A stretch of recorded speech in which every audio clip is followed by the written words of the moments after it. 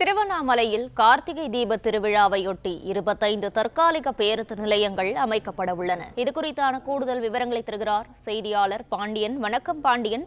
கார்த்திகை தீப திருவிழாவுக்காக செய்யப்பட்டுள்ள ஏற்பாடுகள் குறித்த விரிவான விவரங்களை பதிவு பண்ணலாம். வணக்கம். திருவண்ணாமலை அண்ணாமலையார் கோவிலின் திருக்கார்த்திகை தீப திருவிழா கடந்த 4ஆம் தேதி கொடியேற்றத்துடன் தொடங்கி கோலாகலமாக நடைபெற்று வருகிறது. வரும் 11ஆம் தேதி அதிகாலை அண்ணாமலையார் கருவறையில் அதிகாலை 4 மணிக்கு பரண தீபமும், அன்று மாலை 6 மணிக்கு கோவிலின் பின்புறம் உள்ள 2668 அடி உயரம் கொண்ட மலையின் மீது மகாதீபம் ஏற்றப்பட உள்ளது. இந்த மகாதீப தரிசனத்தை காண வெளிமாவட்டம், வெளிமாநிலம் மற்றும் வெளிநாடுகளில் இருந்து சுமார் 40 லட்சம் பக்தர்கள் திருவண்ணாமலைக்கு வருகை புரிவார்கள் என மாவட்ட நிர்வாகம் எதிர்பார்க்கிறது. வரும் பக்தர்களுக்காக சிறப்பு பேருந்துகள், கார் பார்க்கிங் வசதிகள் என மாவட்ட நிர்வாகம் பல்வேறு ஏற்பாடுகளை செய்துள்ளது. குறிப்பாக திருவண்ணாமலை நகருக்கு வரும் 9 சாலைகளில் 25 தற்காலிக பேருந்து நிலையங்களும் 116 கார் பார்க்கிங் பேருந்து நிலையங்களும் ஏற்படுத்தப்பட்டுள்ளது.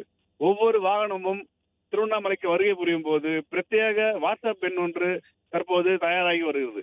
இந்த எண்ணின் மூலம் குறுஞ்செய்தி அனுப்பினால் அவர்கள் எந்த இடத்தில் கார் பார்க்கிங் செய்து கொள்ளலாம் என்ற குறுஞ்செய்தி வரும் பயணிகளுக்கு நேரடியாக செல்கிற வகையில் மாவட்ட நிர்வாகமும் மாவட்ட காவல்துறையும் ஏற்பாடுகள் செய்து வருகின்றது.